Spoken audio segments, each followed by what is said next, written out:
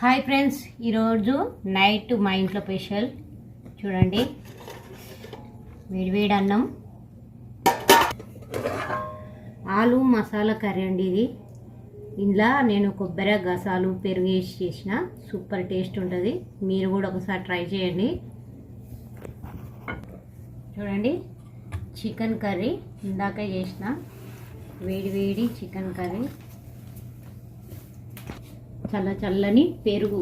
ఎందుకంటే ఈ ఎండాకాలం తప్పకుండా పెరుగు అనేది వాడాలి కదా. లాస్ట్ టైము మనం పెరుగు అనేది అందరు వాడుకుంటారు కాబట్టి మేము కూడా తప్పకుండా ఎప్పుడైనా కానీ నైటే కానీ ఉదయం కానీ పెరుగు తప్పకుండా వాడతామండి. మీరు కూడా తప్పకుండా ట్రై చేయండి. ఎందుకంటే ఎండాకాలంలో తినాలి పెరుగు అనేది, సలవ చేస్తుంది.